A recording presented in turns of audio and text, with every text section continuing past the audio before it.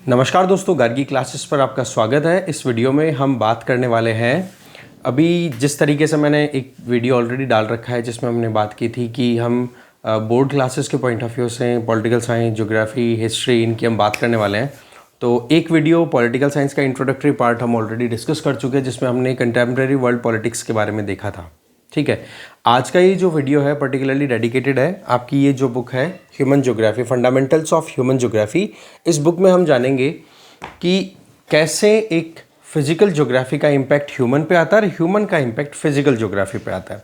साथ में ये भी देखेंगे कि ह्यूमन ज्योग्राफी के कितने एस्पेक्ट्स होते हैं जिनको हमें अंडरस्टैंड करना होता है। ठीक है, जैसे अगर इसको हम चैप्टर वाइज अंडरस्टैंड करें तो सबसे पहला चैप्टर आता है human geography, nature and scope.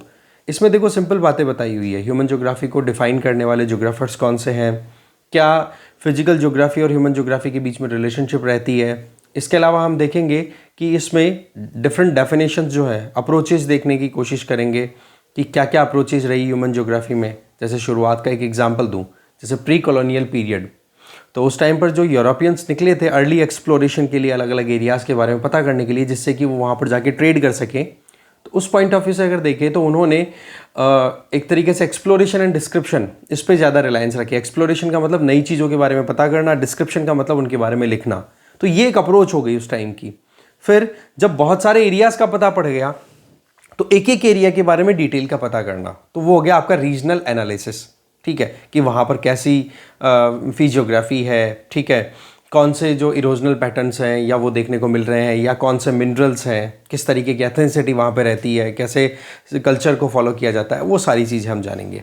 ठीक है, तो ये तो आपका देखो फर्स्ट चैप्टर रह जाता है मोटा मोटा।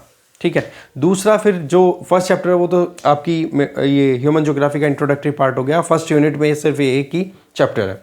सेकंड यूनिट की अगर बात करें तो इसमें 3 चैप्टर्स आएंगे। फर्स्ट चैप्टर आपका दिया हुआ है वर्ल्ड पॉपुलेशन, जिसमें हम डिस्ट्रीब्यूशन, डेंसिटी एंड ग्रोथ, तीनों चीज़ों की बात करेंगे। इसका मतलब कि पॉपुलेशन जिस तरीके से कुछ एरियाज़ में बहुत ज़्यादा कन्फाइंड है, कुछ एरियाज़ में बहुत कम है, वो डिपेंड करता है बहुत सारे एस्पेक्ट्स पे, geographical, economical and cultural aspects पे। वो हम देखेंगे कि कैसे किसी एरिया में, जैसे इंडो गैंजेटिक ब्रह्मपुत्रा प्लेन्स है, ठीक है, नॉर्दर्न इंडिया में, वहाँ पर कितनी पॉपुलेशन है, इसके पीछे लॉजिक क्या है, क्योंकि वहाँ पर सॉइल अच्छी अवेलेबल है, एल्यूवियल सॉइल फर्टाइल होती है।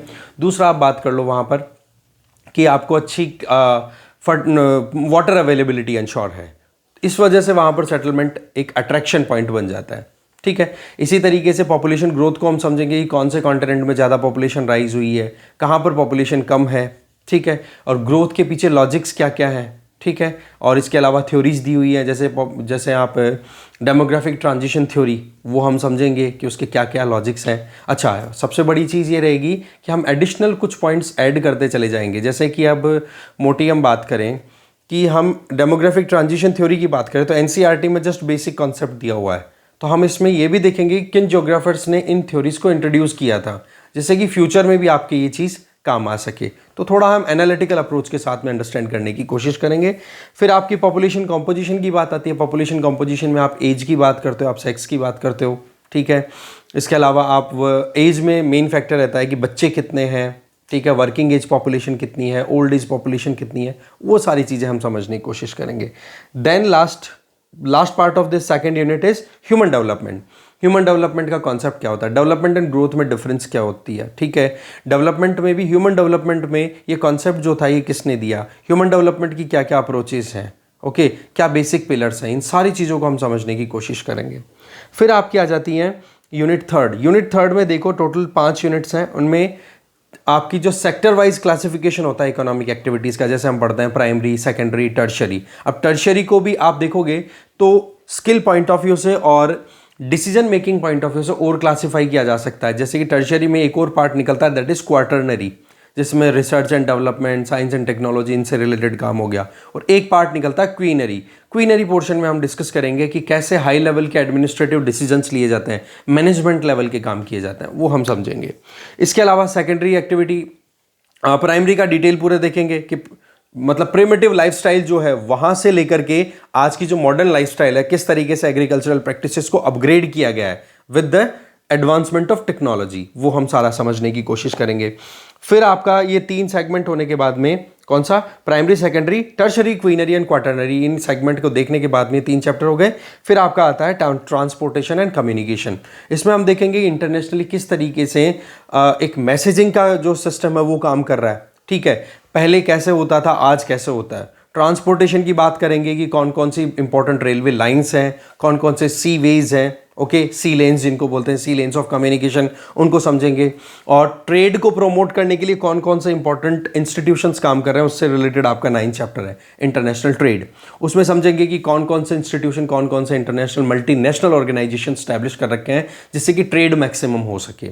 अच्छा, एक बड़ी इंपॉर्टेंट बात रहने वाली है वो ये कि आपके जो स्टैटिक पोर्शन का कोर्स रहेगा इसमें जो लेटेस्ट जो करंट अफेयर्स है उनको भी हम ऐड करते चले जाएंगे जहां पर भी कनेक्टिविटी हमें सुटेबल लगेगी। फिर लास्ट चैप्टर आपका आ जाता है, that is in unit 4th, और वो चैप्टर है chapter number 10th, human settlement.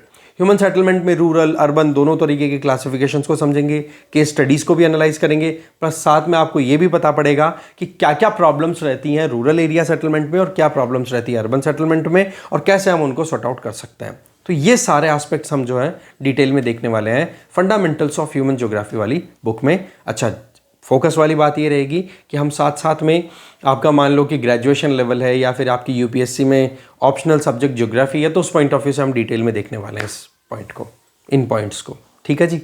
तो देखो, इस वीडियो में तो इतना ही आपको एक इंट्रोडक्शन देना था, वो मैंने दे दिया।